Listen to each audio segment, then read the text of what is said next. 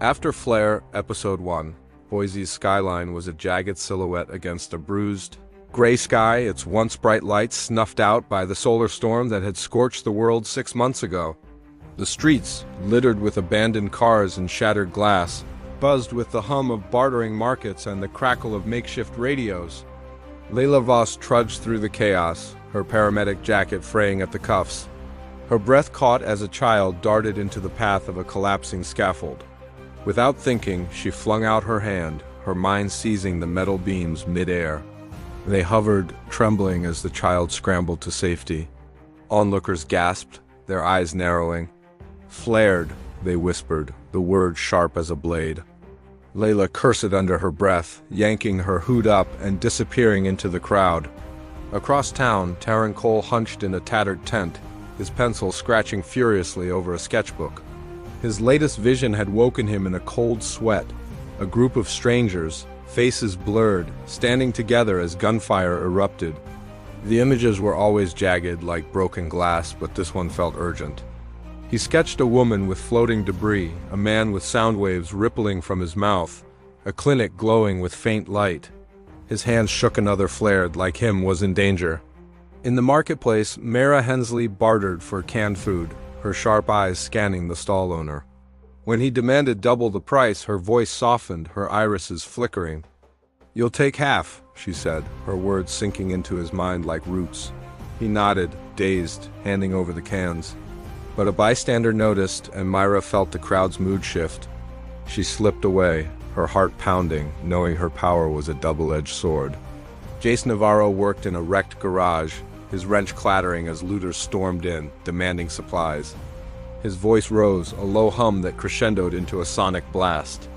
The looters staggered, glass shattering around them as Jace's throat burned. He stumbled, clutching his neck, but the looters fled. He protected the camp, but at what cost? His powers were tearing him apart. In a hidden basement clinic, Dr. Elara Quinn pressed her hands to a survivor's gunshot wound. A faint glow pulsed from her palms, knitting flesh together, but her vision blurred with exhaustion. The patient gasped, alive, but Elara slumped against the wall. Her powers were fading, and rumors of a militia hunting flared people gnawed at her. She'd seen their experiment spot as drained, powers harvested.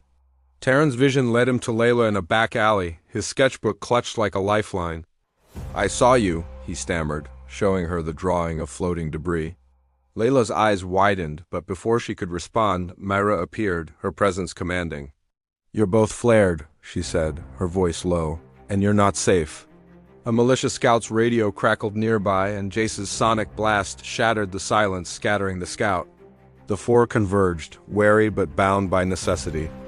They fled to Elara's clinic, where she revealed the truth. The solar storm's radiation had rewritten their DNA, granting powers but making them targets.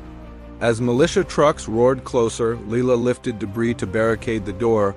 Taren shouted warnings from a vision. Mira coerced a guard to look away, and Jace's sonic wave shattered a window for their escape.